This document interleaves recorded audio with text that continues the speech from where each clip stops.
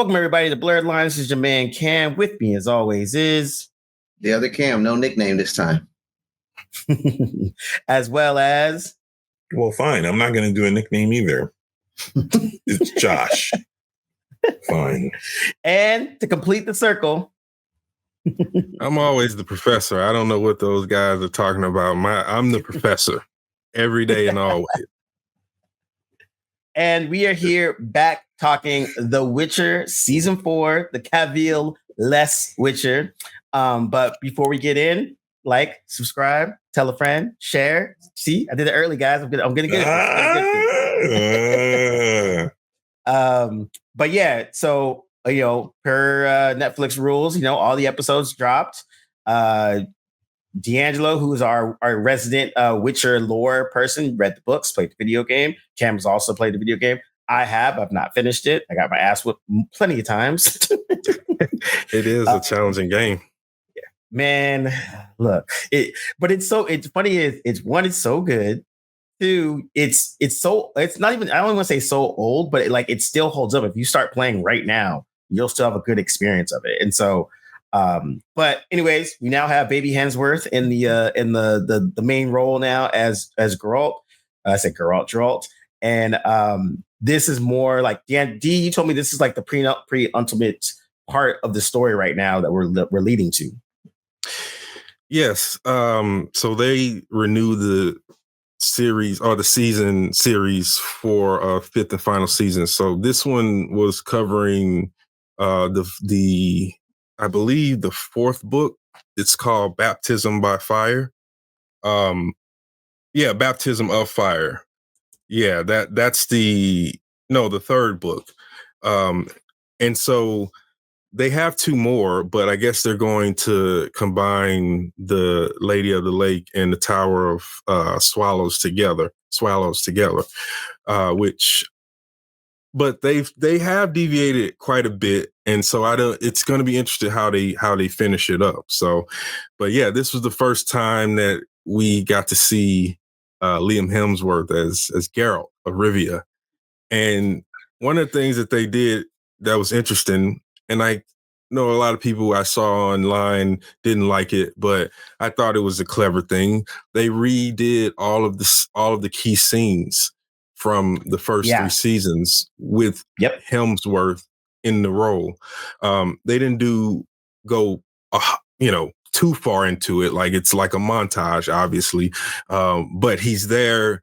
And I think what it does is it kind of orients you to the overarching story with him in mind. And again, if you enter in as an audience member with an open mind and it's like, you've been following the story, and here is where it's picking up, and now it's just got Liam Hemsworth.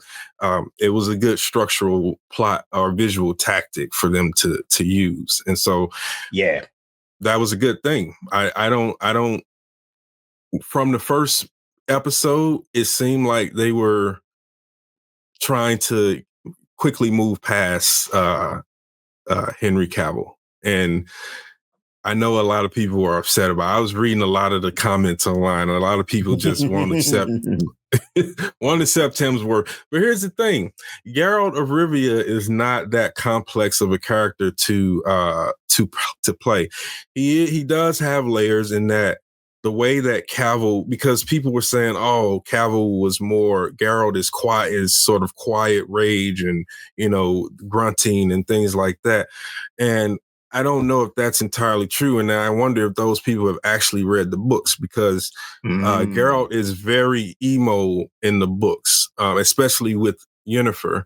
And when he loses Ciri, he's very crazed after he loses Ciri, and especially after after Vilgefortz kicks him, beats him down, because that's like the first time that he actually loses a fight, which is the whole reason why he has to be taken to the Brokilon Forest, and the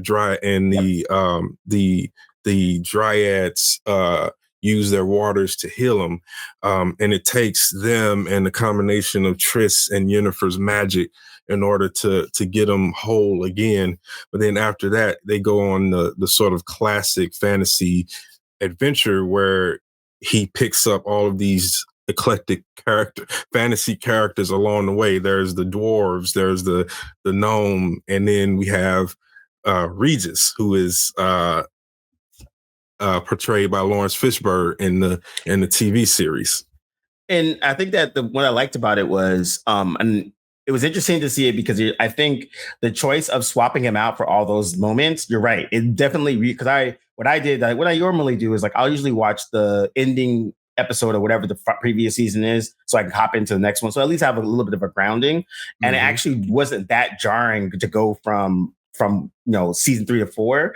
And then specifically because they redid those scenes. So then you're kind of like, oh, all right, cool. I'm kind of in it. And then now you're already there. And it was a little bit easier to kind of go. You miss Cavill? Yes, 100%. But at the same time, it's not a bad thing. It almost felt like a Spider-Man. Oh, this is a new Spider-Man. Cool. So what was everybody's overall impression? I'm not caught up, so I'm let me say this before we get into that. Is it me or they did not show his face in the opening montage until the actual current timeline of Geralt's adventure started? Because if I recall, I didn't see his face at all in that montage sequence of him. It was just this hidden, and I was like, okay, maybe are they using old footage or is it really? I thought at the beginning he does, when in the Kikimora scene, he does turn all the way around. Well, or at least eventually. I think that at the end, but before that, he had other scenes. They never showed his face. It was just his back. No, you're right. I think that was the whole point, was that they were going for a kind of reveal in that when we finally see him with the Kikimora, that's the fullness of that, where we're seeing Geralt from the first time all over again. And literally for the first time all over again. And correct me if I'm wrong. Is it me or is this season more violent and gory than the previous seasons? I felt like that would track. Yeah, that would track. I'm not saying it's wrong. I'm just saying it feels like the show has got a little bit more upfront with the core and gore and violent nature of Geralt of Rivia when he slays humans or monsters or one of the same, But I was going to say, it didn't bother me seeing Hemsworth in the role for the episodes I've watched.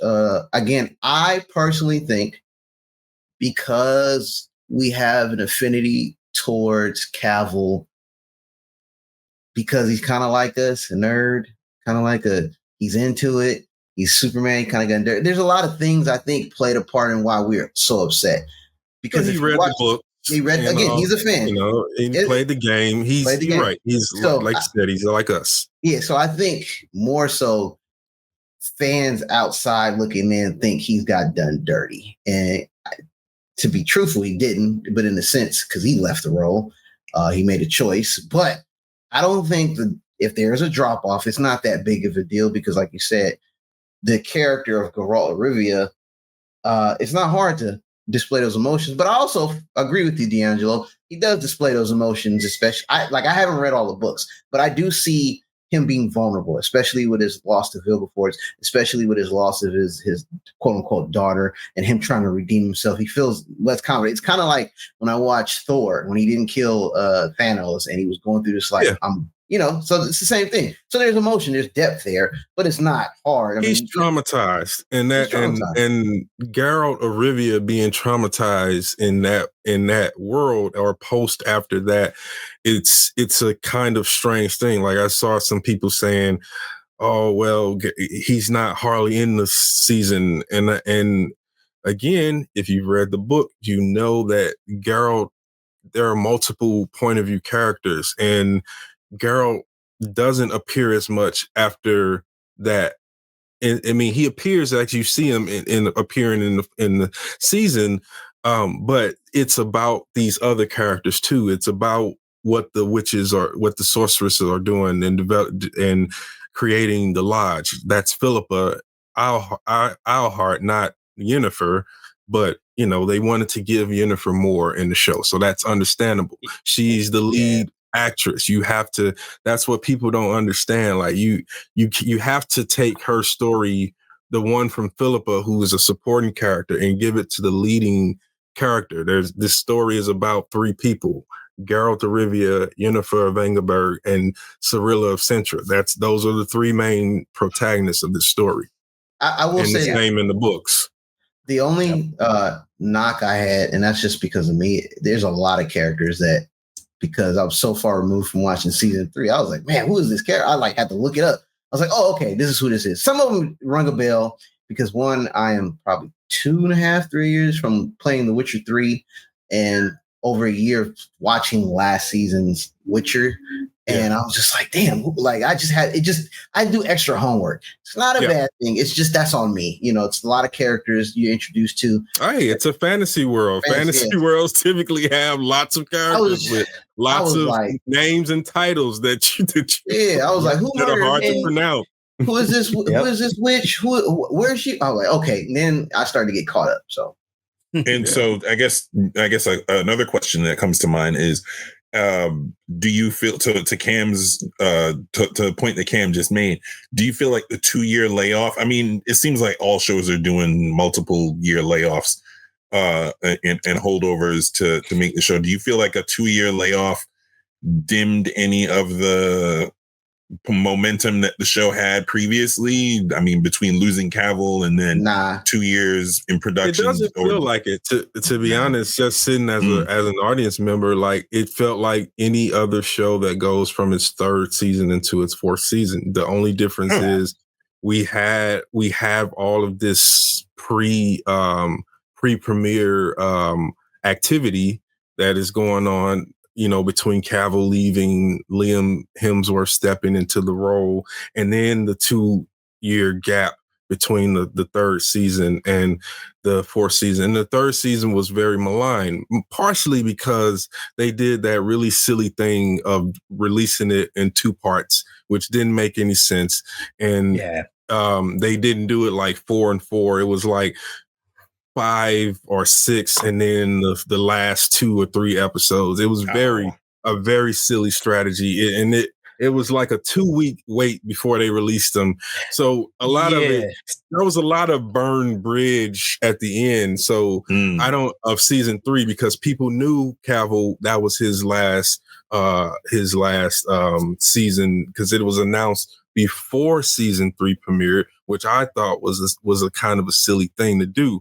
I would have saved that until after season 3 had already premiered, because then at least it wouldn't have felt as like, oh man, this is it. Like you're watching the whole time knowing that you have to willingly suspend this disbelief of the transformation of Geralt looking like this to looking like this over here. So just a really bad strategy. And just a quick to not is so it actually was a month later. They dropped the first 5 episodes of season 3, waited a month, and then they did the last 3, which is silly. Yeah. And it was just really silly. Dumb. Like didn't make no sense. I think a couple things could happen here where by doing that, people could hate watch and be like, I'm gonna watch this because I want to know how bad it is. Or they could be curious and be like, this is a new actor. Let's see if this guy can hold up the mantle that Cavill did. But if it did lose viewership because of the announcement, what potentially might happen if the show is decent or good, the word of mouth will spread and people be like, hey man, watch this Witcher new season. It's not bad, bro. Hemsworth is okay. Boom, more views. I liken it to when the Spartacus actor passed away. When the lead actor for Spartacus passed away, there was all this back and forth on should the show even continue because he was so good and such an integral part. And Liam McIntyre stepped in for Andy Whitfield, and I mean Andy Whitfield was made for that role, and I feel like he went out on may he rest in peace. He went out on a high note. Like that was the role for him. He was born to play that role. And Liam McIntyre was cool. He was all right, but at least as far as I know, the story was so compelling that people continued to watch and at least gave him a shot. Can I say there wasn't? Good. I was going to say. When he left, or because of his health concerns, I was like, oh, that sucks. But I'm going to still watch anyway because this is that good. right? Like, Yeah, I was, He I that's didn't what I'm care. saying. I didn't The care about story also carried left- it. The story He carried it also so left hard. he also left after the first season, and that's different than after 3 seasons in. True, fair, and fair then point. and then changing the actor. It's similar That's in a the very good same point. idea that we're supposed to. I see these characters as the same person, right? So, but this was more controversial with The Witcher because of Cavill's sort of he was more than just a performer. He was integral. He was involved. He had already been fan casted even before the show had even been pitched. And it's definitely not apples to apples, like you say. I wasn't trying to. No. I know. I'm just go for it like that. No. That's why I say it's a good comparison. It's just worth noting that these fans had a much rougher kind of transition, but I think ultimately, agreed. The Witcher, what people have to reconcile with themselves if they're going to watch is all adaptations change things, and it's not like they're asking us to watch for another 5 seasons. We know that it's going to end with a 5th season. So this is something that has always been a kind of tightly told story. They cut out a whole lot, but they also maintain the sort of essence of Geralt in Ciri's journey. So I don't know what that leads them, but I think the general audience will continue to like it. But I think those fans of the game and those fans of the books, diehards, will hate it forever. Yeah, and I would say the other thing too, and Cavill actually noted this, and this is what I actually saw in this season, was Jaskier and Geralt were like more like homies now. Like the previous seasons, they're kind of like reluctant friends, but in this season with Liam and them, the bond of them is a little bit better, and it's kind of reflected more in the books. Like in the books, what I've read, they're actually friends, more like homies. Yeah, they're actual friends. Yeah, where there isn't a period where he's not cool with Jaskier. He talks about when he first met him, but in all of the stories, they're very close. And that was one of the strange things about the first season. I'll admit that, which was the depiction of Dandelion, which is what he is in my head. But Jaskier in the show. That's what I know from the game. Dandelion. Yeah. And Cavill actually talked about that too, where he was like, that was one thing that was a little, for him, that was annoying, because in the books, their bond is like, they're like blood brothers, right? That's their homies. They talk to each other all the time. And in the show, it took about 3 seasons for them to finally be like, this is my homie that I talk to about my close confidant. And in the first 3 seasons, they were the writers chose to highlight their adversity and their differences a lot more. Where I think in this one, and it works because Liam and Jaskier have a better, have a kind of like a cool bond in this season, which I thought was really cool. And I'm glad that they brought that part out. That actually helped. And to Baby Hemsworth's credit, he did a good job of kind of melding that. I was going to ask also, how did you like Ciri in this tranche of the seasons, seeing how her growth has been for pretty, it's very deliberate. And then now she's with the rats and she's kind of doing that thing. Do you feel like it felt true to how the book was, or like the same kind of sentiment? Well, yeah, I think so. Just now we'll get into some specific stuff about the season. Ciri at the beginning of this season and at the end of last season is lost. She in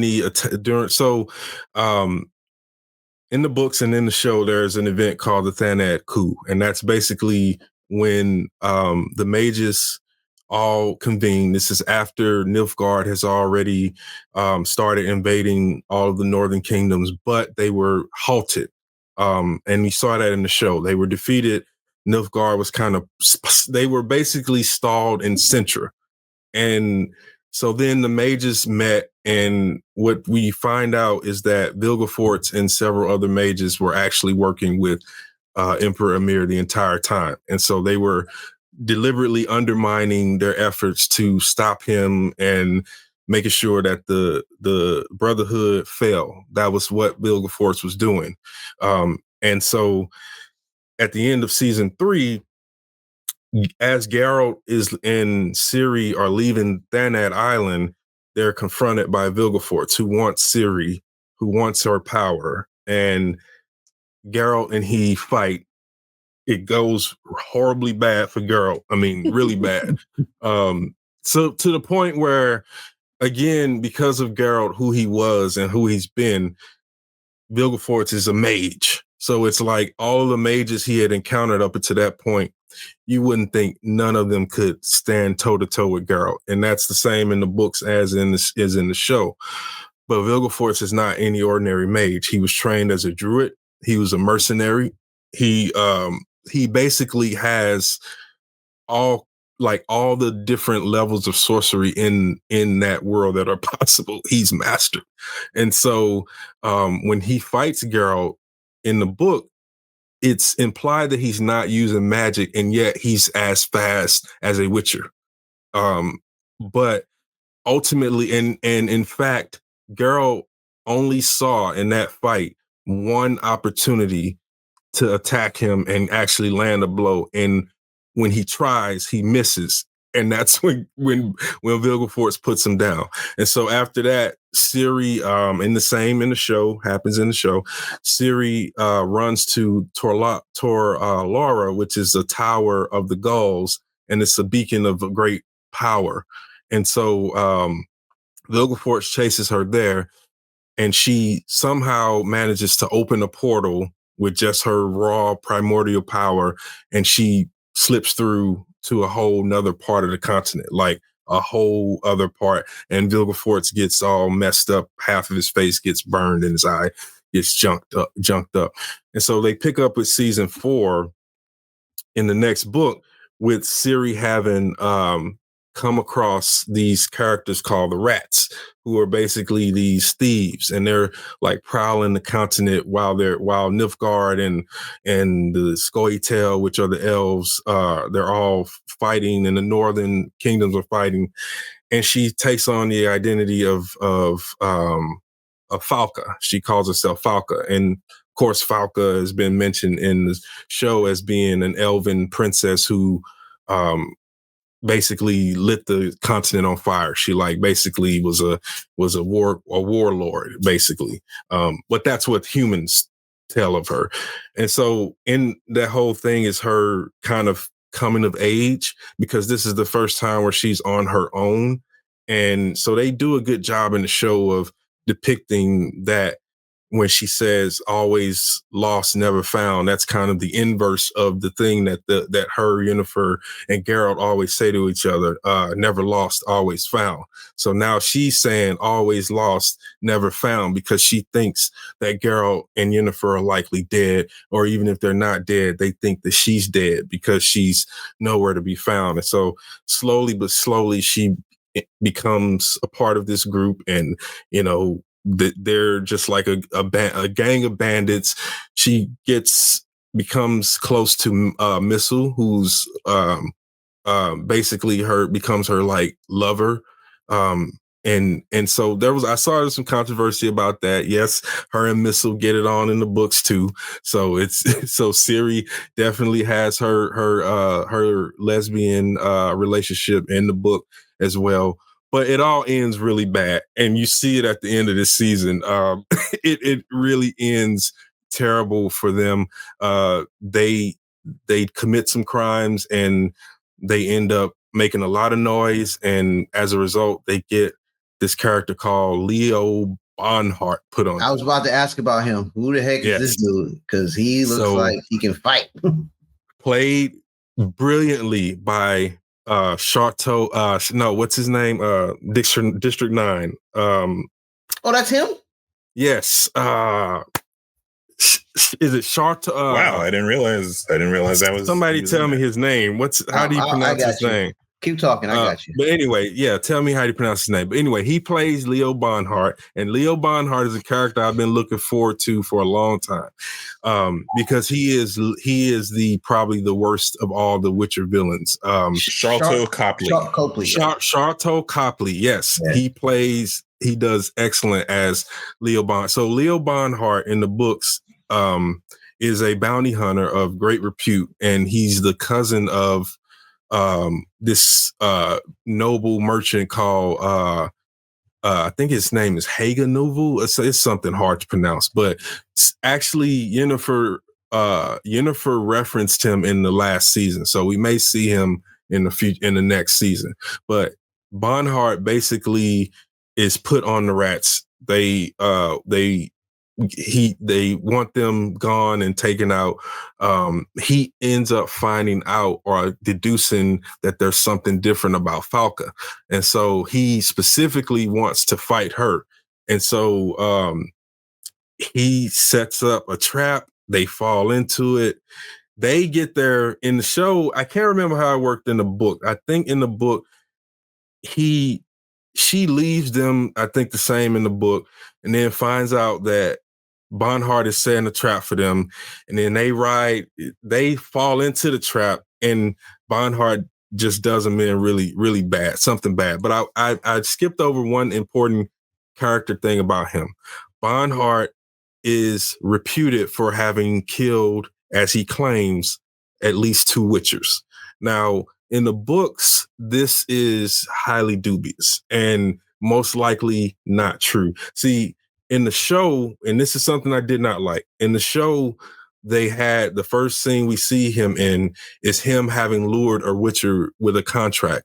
The Witcher gets there, and Bonhart's got all these Witcher medallions, and he bests the Witcher, no problem. And so the reason I have a problem with that is because in the book, it's more implied. He says he's killed these Witchers, but we don't see him ever fight a Witcher. In fact, he doesn't even fight Geralt. And so I always deduce that as the author saying this guy uses that as a reputation builder, but he's never faced it, because he could have found those medallions. They're everywhere. Everywhere a Witcher might have died, they're everywhere. My guess is that he had an encounter with a Witcher. Either he snuck up on the Witcher while the Witcher was fighting someone else and got the drop on him, or he caught the Witcher as he was dying and killed him and took his medallion. But I seriously doubt that he could take on a Witcher in the manner that they're showing on the show, because Witchers are mutants and they have magic. Everything is enhanced: speed, strength, everything. So even a normal human wouldn't be able to do it. Even the fastest human would struggle to keep up swordplay with a Witcher. That's the only reason Vilgefortz could, is because he may not have been using magic, but like all mages, he is enhanced by magic. So that enhances all his abilities. So those are the things that if I'm a book reader and I see that, I'm saying that goes against canon, even the canon that you've established on the show. Yeah, I was like, when did humans start going toe to toe with a Witcher? And I was just like, I've watched some of the animation of how we watch Vesemir when he was young and how they train a Witcher in training. I was like, these dudes are like superhuman before they take the medicine. They training them really crazy. Yeah. And then they're sorcerer warrior. They're wizard warriors. They're not Paladins. Just the average. Yeah, they're the typical sorcerer knight or whatever, the warrior who yields magic. That's what they are. And so when I saw that scene, I was like, as much as I love the actor, I like because I like the way he's costumed with the raggedy white hair and the kind of droopy black, because he's supposed to be a foil, an inverse of Geralt. And you'll see that even more next season as how he treats Ciri with her as his captive. In that scene, I thought he was like the monster that was just going to transform into something crazy. And, he has some like monstrous power that really catches a Witcher off guard, because I was like, why is the medallion not vibrating? But can I segue real quick?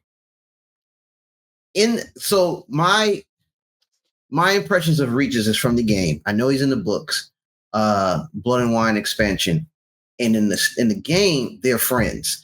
My question about that: why doesn't a vampire is a monster? Why didn't we get any indication? We just had the implication, and I knew the backstory already, so I knew he's a vampire. But like, if the vampire is a monster, quote unquote, why wasn't Geralt's chain like vibrating? Is there something about that type of creature that doesn't give off like, hey, we should be fighting them?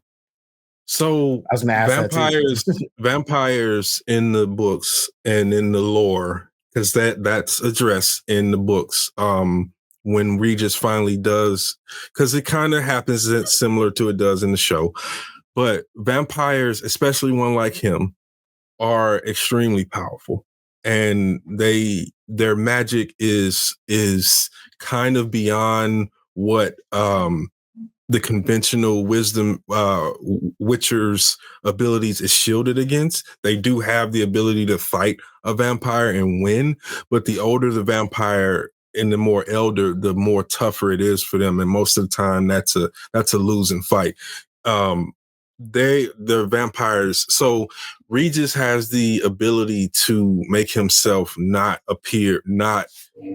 make his presence not come off as magical as and like Geralt not sense him with the medallion. So he can kind of tamper down his supernatural presence, if you will. So in this lore, the vampire can walk through the daytime.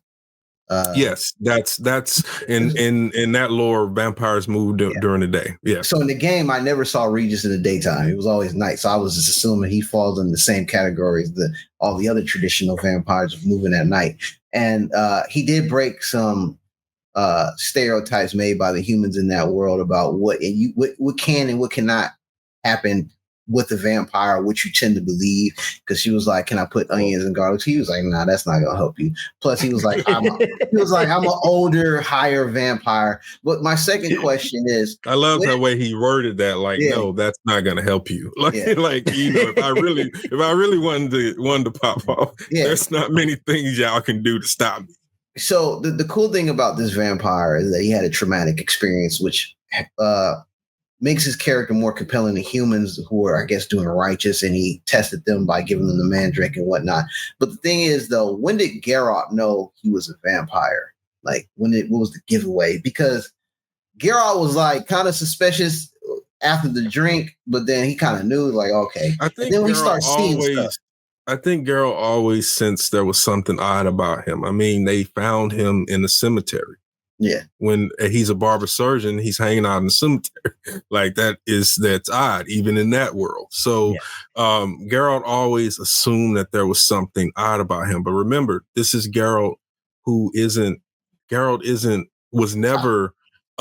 he was never a swing sword first, ask question later.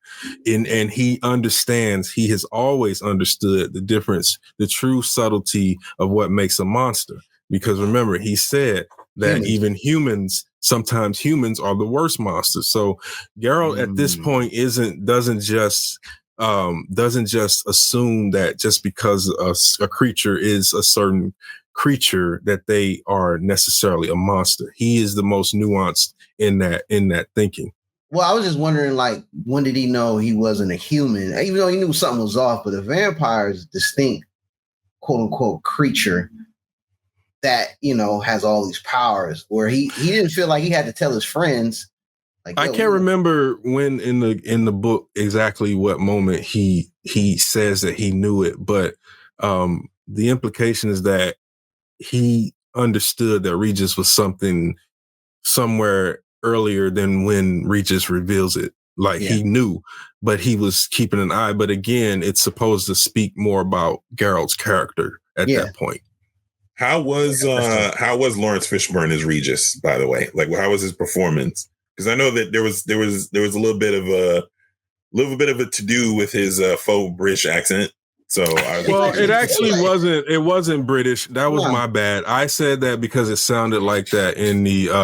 It did. It sounded like that in the trailer. Yeah, in the trailer. But no, it's just more of a refined. It's Lawrence Fishburne doing. It's Othello as a vampire, bruh. It's fine. Oh, okay. Like it's really just his refined articulation and enunciation. Very refined voice. Like that's pretty much. So Larry, do the non-regional diction thing then. Yeah, no, it's Larry Fishburne that just speaks very well. Lawrence to you, sir. Larry. But Regis as a character, Regis one of my favorite characters, and Lawrence Larry played him really well. And I thought that if you wanted a character that could play a kind of regal vampire, someone who has lived for a long time, but also shows that wisdom in how he moves and how he interacts with these characters who are centuries younger than him, and how he joined, the manner in which he joins Geralt's company, because Geralt's company is a group of people who probably shouldn't be in the same company. You even have Cahir, who is the Black Knight to Ciri. And that's one of my favorites from the book. And I'm glad that they kept that, because when Cahir is following their party, several times he stops and Geralt almost kills him, and they have to stop him. And that happens throughout that book until they get to a good moment where Cahir is like, look, I told you before, if you want to kill me, I'm not going to try to stop you, but you are not going to stop me from trying to help Ciri, because I now know that I made a big mistake in trying to help Emir do what he's planning on doing, do what he's trying to do. So, and they kind of came to that revelation way different than in the books too. So they had a moment where he was like, "You gonna kill me, but I was not gonna stop." He had the little knife, and then it just stopped. So I was like, all right, cool. And I think that was cool too. No, I mean the reveal about but I was talking about the reveal about Emperor Emir and his plans for Ciri and his relation to Ciri. Yeah, and I think that was a cool way to kind of like to show that aspect of that redemption arc too. All right, so then wrapping all the way everything up, like now that season 4 dropped, it fanfare and ratings wise, we'll never know because it's Netflix. They just give ghost numbers and then just do whatever. Do you think it'll be a good wrap up in the season 5? Because like if they are combining 2 books, and I think it's supposed to be same 8 episodes again too. I don't think they're expanding it or anything. So it's like it's going to be an interesting thing where like you think they'll be able to wrap it up together where it comes to like a satisfying conclusion. Yeah, I mean, so there's 2 big things that are supposed to come that I don't know right now how they do that in 8 episodes. So the first thing is that after Ciri sort of wrestles her way away from Bonhart, she ends up with a unicorn who then, using both her powers, they go to a different dimension, a different sphere. Okay. And it is there where they learn the true nature of the Wild Hunt, which is the Wild Hunt. And they've kind of wrecked this with how they did what they done with Richard Blood Origins, and also by not differentiating that there are 2 different types of elves in that world. There's the Anshi, who are the more common ones that look like human, and then there are the Anel. The Anel are the ones who are the Wild Hunt. That's Aridin. That's Gales from, who I'm talking about from the game.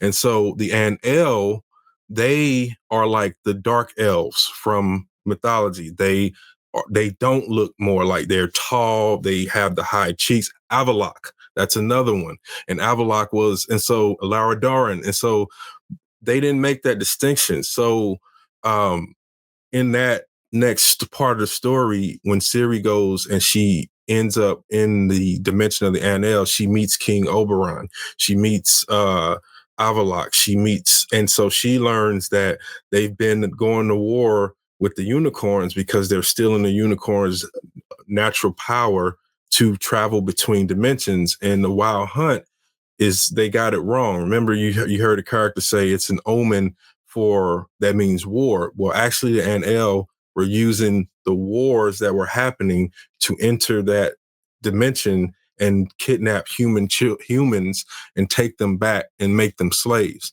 And so they are the ones most interested in Ciri because of the Elder Blood. They want to capture her and bring her to Oberon so that he can mate with her. Everybody wants to mate with Ciri. Everybody wants everybody wants Ciri. Oberon wants her. Vilgefortz wants her. Emir, her own father, wants her. Like everybody wants Ciri. Everybody wants to extract that power to move between space and time. And so that's the whole thing, is like they power. Right.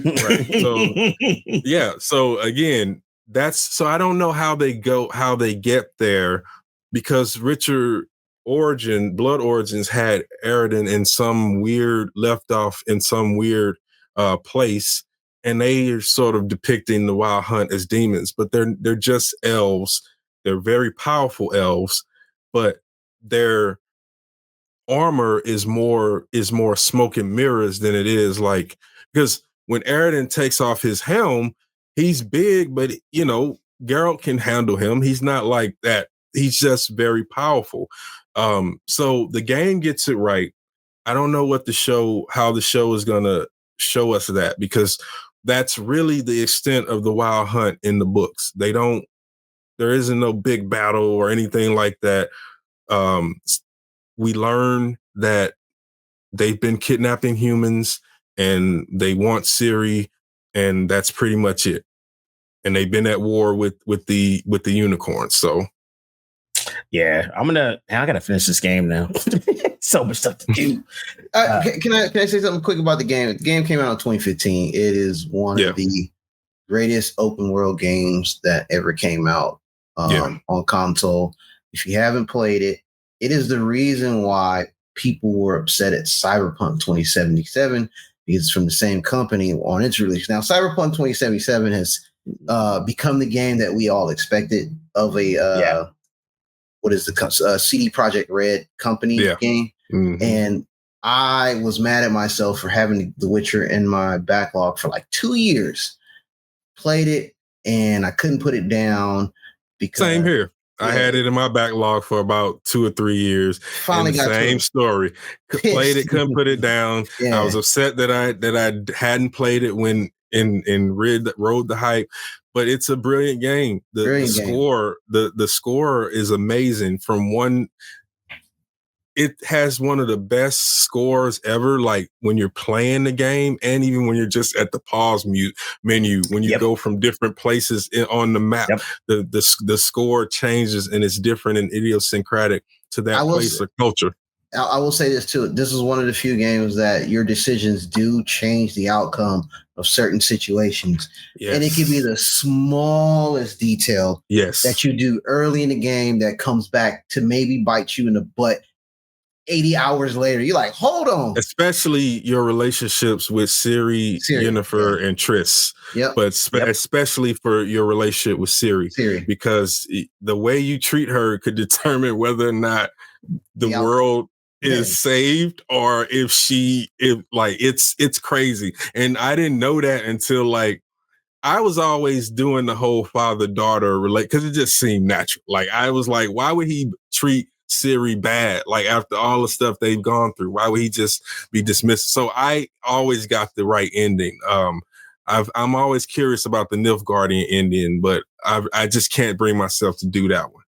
Yeah, so there's a lot of endings. But in long story long, the game is worth playing even to this day. If you haven't played The Witcher 3, definitely 100%. Play it. My recommendation is read the books and then play the games, because it is a great. The books are you can't play Witcher 1 and 2. They're just not available right now.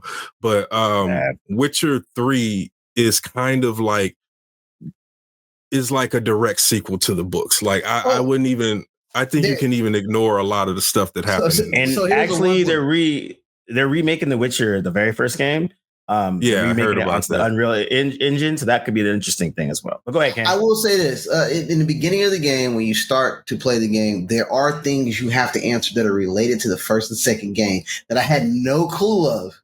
Yeah, that's true. Yeah, And I was like, I'm just guessing. Now it doesn't have any real crazy outcome, but there is a lot of context missing by the questions you're being asked as soon as you start the game and create your Geralt. And you're like, okay, this is what's going to happen. But it's literally tied into the first and second game. Characters and NPCs that you was like, what? If you never played Witcher 1 and 2, you're like, I don't know who these characters are, but they're directly connected to the previous games or the books, if you're familiar with that. well, and Yennefer and Ciri aren't in the first two games. No, And but they're referenced, they're talked about, but they don't actually appear. And one of the characters, Foltest, King Foltest, is the king in question that where I think in 2 where it's like assassin of kings or whatever it is, and so Foltest was a big character in the books. So they move further into reconcile the Wild Hunt. I think that was what they were really trying to build to, is get back to the whole or Wild Hunt thing, because it was one of the unresolved aspects of the novel. Yeah, and that was a DLC actually, right? There was the Wild Hunt was a DLC add-on to the game for Witcher 3, and then now 4 comes out 2027, late 26, if that. But it's centering around Ciri and meant to be a trilogy. So no. Wild Hunt was the title of the game. They added some DLCs, but Wild Hunt is the focus of the game. Having to deal with the Wild Hunt. Yeah. The Wild Hunt is the focus of the game, but Blood and Wine was the DLC. Blood and Wine, that's what it was. Yeah. That's where Regis returns in Blood and Wine. That's where Geralt first reunites with Regis after the end of what happens to Regis in the book. And so that's why Geralt is surprised when he sees Regis in the Blood and Wine expansion. Heart of Stone and Blood and Wine were the DLC. The Wild Hunt is the actual base game. Yeah, that was the base game. Yep. All right. Well, yeah, I think again, Witcher, like the Witcher world has always been super interesting. Even like I've even watched the Witcher like bestiary that they did where they talk about all the monsters and how they did it. Like that was super interesting. So like the world itself and the world building is just such a fascinating situation. And I'm glad that it's, even with the change that it has for season 4, it's still entertaining. I'm still watching it. I'm in it. I'm not like, I don't feel like I got took it out of it or anything like that. So I'm glad that it kept that kind of level. And I'm curious to see how they're going to wrap it all up. But I gotta finish the rest of the books. I've done the first 2. I haven't done the other ones. But it's been like you said, it's a fun world. It's one of those fantasy worlds that's not too hard to follow. It's a very kind of simple story. You know, one of the great things about the video game is that it does really expand well on Sapkowski's his original story, and you get a lot more out of those 3 characters, Geralt, Ciri, and Yennefer. So yeah, this will be I think they'll finish. I think it's smart what they're doing to go ahead and finish in season 5. They probably should just add a few more episodes so they're not shortchanging some of the stuff that I mentioned, because it will be, I don't know how they get, unless they have a whole nother plan of ending it. You don't get, I don't know if you guys got to so you saw that they were telling stories, and I don't know if you got to the whole Nimue Lady of the Lake thing, but that's a big important motif or device that we'll see how they pull it off. They introduced it. We'll see if they can stick that land. That's in the game though, right? There's a side quest, the Lady of the Lake, I think. So it is, but so in the book, and I just say, because I don't think it'll be a while. So in the book, what ends up happening is Ciri leaves. She now knows how to use her power, and she leaves that sphere. And what happens is she ends up in she ends up in another sphere and she meets a certain knight named Galahad.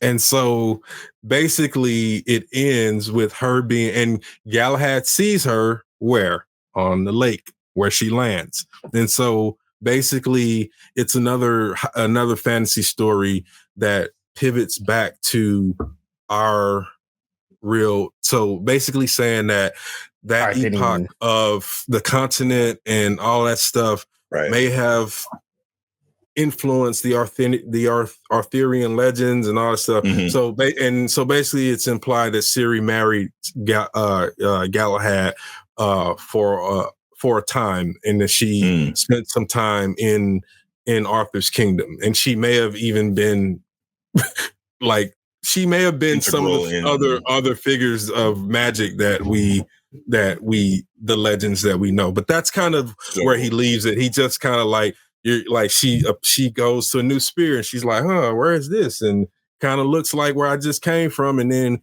she sees this knight and she talks to him and he's like, yes, I am Sir Galahad of the Round Table, so it's like that. And then they ride and she's like, I think I might like it here. And then boom, and then in the end, it's like, so how many in an ideal world, how many episodes would you think it would take to wrap it up based on what they have planned? I mean, you got 2 books. If you're gonna X out a good chunk of the storytelling, and they can, there's a part where they might do away with where Ciri spends some times with a very old mage who everyone thought was dead but was still alive. So they probably will cut that out. They might not let her spend as much time being tortured by Bonhart.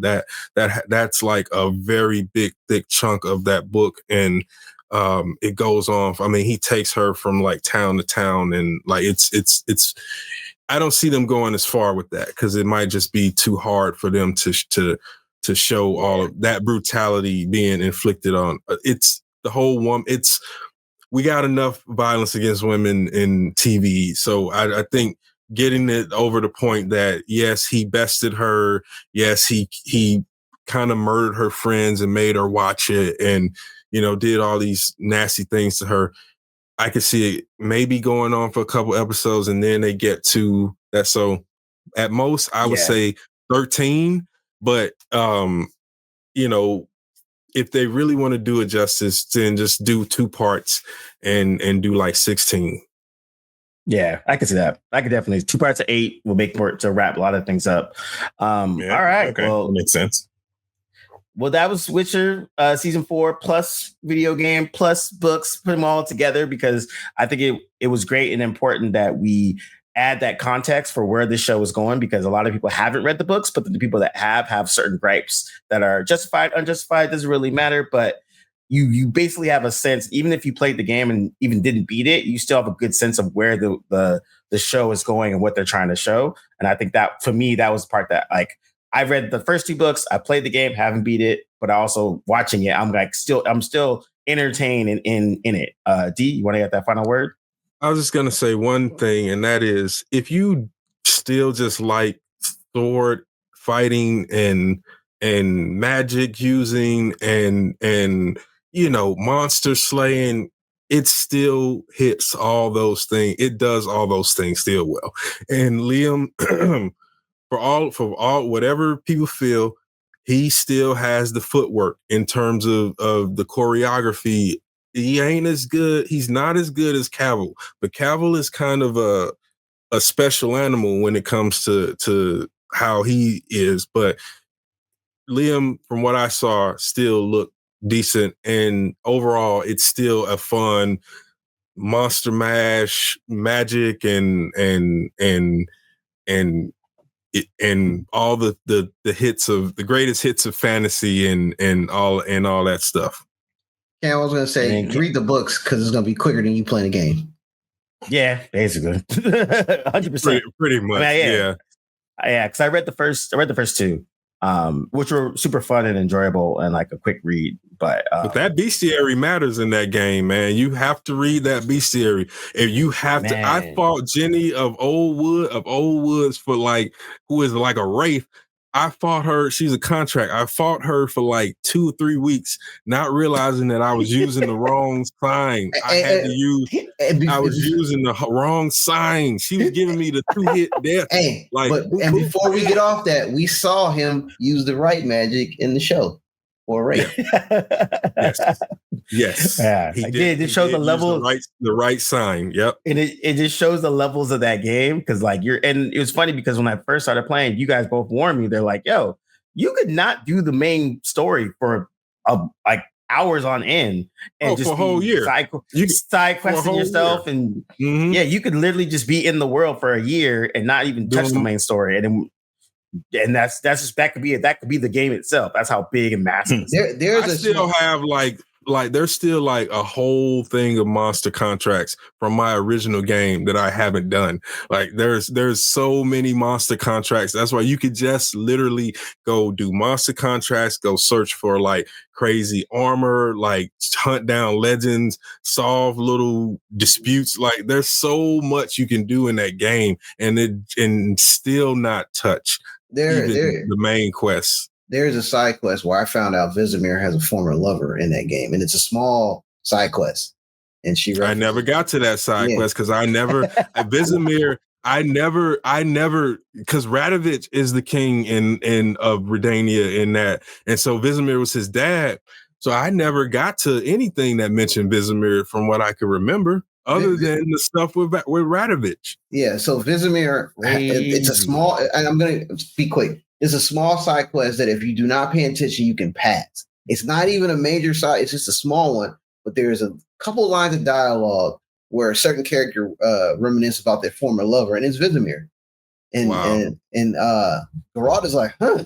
Like, oh, okay. I got a little insight. Wait, it's a dude or is it? No, it's a woman. It's a woman. Okay. It's a character that you can have more dialogue with if you make the right choice, and if you do the wrong choice, then it's like you'll never get that dialogue. Yeah, there's a few different like Philippa talking about Vilgefortz and like all that stuff. Like they talk about the events of the books like in natural regular dialogue. Dude, that's crazy. But yeah, no, it's if nothing else, go read the books, go play the game, go watch the show, or it's like a cosign for all of them because it is a good time. Like you said, it's fun. It's just fun sword and sorcery. For sword and sorcery in these trying times, this is a perfect type of thing to kind of get into. But once again, thanks everybody for everything's listening. Great. Thanks once again for rocking with us. Like, subscribe, do all the notifications and all your goodness. And yeah, man, we out. Later.